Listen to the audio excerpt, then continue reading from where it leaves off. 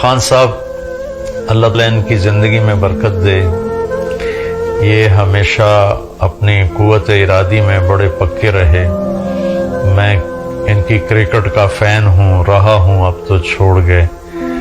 ایک بہت اعتراض یہ ہوتا ہے کہ ان کے پاس تو ٹیم ہی کوئی نہیں، تو یہ فلاحی ریاست کہاں سے آئے گی۔ 92 میں جب انہوں نے ورلڈ کپ جیتا تو صرف اس ایک شخص کا عزم تھا کہ مجھے ورلڈ کپ جیتنا ہے۔ ٹیم تو بہت کمزور تھی، گرتے پڑتے فائنل میں پہنچی۔ اس کے بعد اتنے بڑے ہاسپٹل، اربوں کا منصوبہ، جیب میں 4 آنے بھی نہیں، لیکن عزم کیا، ارادہ کیا، اللہ نے اسے کھڑا کر کے دکھا دیا۔ پھر یہ 22 سال پہلے سیاست میں آئے، یہ تنہا تھے، اللہ نے ان کی قوت ارادی، محنت، وزیر اعظم بنایا۔ اب یہ ایک خوبصورت خواب دیکھ رہے ہیں اور ہمیں دکھا رہے ہیں، اور مخلص ہیں۔ مجھے اللہ کی ذات سے امید نہیں، یقین ہے 100% کہ یہ انتہائی دیانتدار، انتہائی مخلص ہیں۔ ہمیں ان کا ساتھ دینا ہے۔ ہم ان کا ساتھ کیسے دیں؟ کہ ہم بھی شروع ہو جائیں کہ سچ بولیں گے، جھوٹ نہیں بولیں گے، دھوکہ نہیں دیں گے، فراڈ نہیں کریں گے، ظلم نہیں کریں گے، جھوٹ نہیں بولیں گے، ملاوٹ نہیں کریں گے، رشوت نہیں لیں گے، کسی پر زیادتی نہیں کریں گے۔ یہ ہمارا ساتھ ہے۔ یہی تو فلاحی ریاست تھی مدینہ کی، سچائی پر، محبت پر، راست بازی پر، ایثار پر، قربانی پر، یہ ہمارا ساتھ ہے۔ ہم ان کو سیاسی رنگ نہ دیں، بلکہ ہم اس کو ایک دینی فریضہ سمجھ کر ادا کریں۔ یہ پہلی خاتون اول ہیں جو پورے اسلامی حجاب میں ہیں، نقاب میں ہیں، پردے میں ہیں۔ پورے میرے پاکستان کی خواتین کے لیے ان کی زندگی ایک پیغام ہے کہ اتنے بڑے منصب پر بھی پردہ کیا جا سکتا ہے۔ یہ بھی وہ ان 2 چیزوں میں وہ اپنی مثال آپ ہیں، ہم سب ان کے لیے دعا گو ہیں۔ اللہ ان کی مدد فرمائے اور انہیں ہر شر سے بچائے۔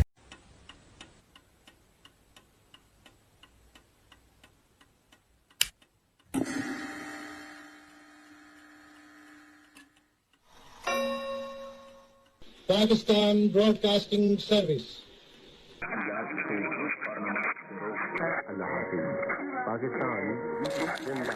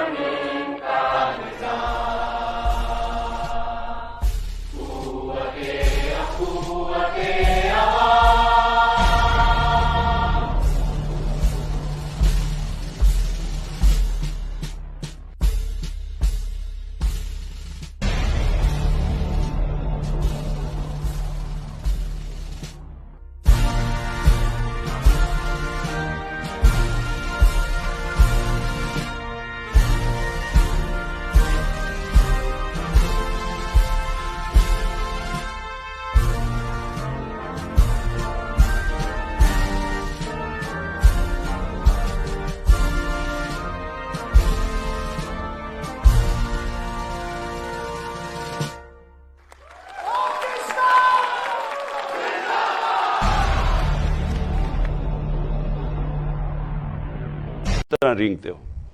کہنے کا مقصد یہ ہے کہ ہم سب میں اللہ نے بہت صلاحیتیں دی ہیں۔ ہمارے میں مسئلہ کیا آ جاتا ہے کہ ہم زمینی خداؤں کو، ہم بت پرستی لگ جاتے ہیں راستے میں۔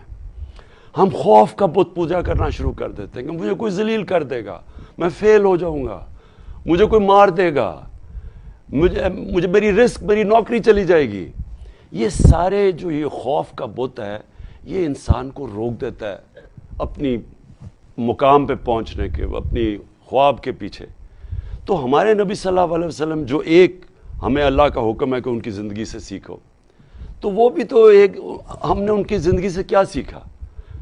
وہ انسان جو صادق اور امین تھا، 40 سال وہ صرف 10 سال، جب 40 سال کے بعد ان کو نبوت ملی، 10 سال صرف 40 لوگ مسلمان ہوئے تھے، ہر قسم کی مشکل ان کو اٹھانی پڑی۔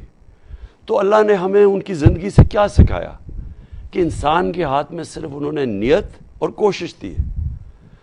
اللہ کا جب فیصلہ ہوتا تو جب 13 سال کے بعد وہ مدینہ کی ریاست سنبھالی تو دیکھتے دیکھتے انہوں نے دنیا کی تاریخ ہی بدل ڈالی۔ یعنی کسی انسان نے وہ نہیں کیا جو انہوں نے اس 10 سال میں کر کے، یعنی دنیا میں وہ انقلاب آیا جس کی کوئی مثال ہی نہیں ہے۔ تو ہمیں جب وہ اللہ کہتا ہے ان کی راستے پہ چلو، تو ان کا راستہ مشکل راستہ ہے، لیکن جن لوگوں کے پاس یہ قوت ہوتی ہے اپنے خوف کو قابو پانے کے اور اللہ میں ایمان رکھ کے اور لا الہ الا اللہ میں ماننے کی، کوئی نہیں ہے خدا اللہ کے سوا، وہی لوگ بڑے کام کرتے ہیں۔ تو اس لیے مجھے کوئی خوف ہی نہیں ہے، کیا ہوگا، میں اپنی پوری کوشش کروں گا، کیا ہوگا، میں فیل ہو جاؤں گا، لیکن میں اپنے ضمیر کو اس کا تو سودا نہیں کروں گا، اور آخر میں اپنے اللہ کو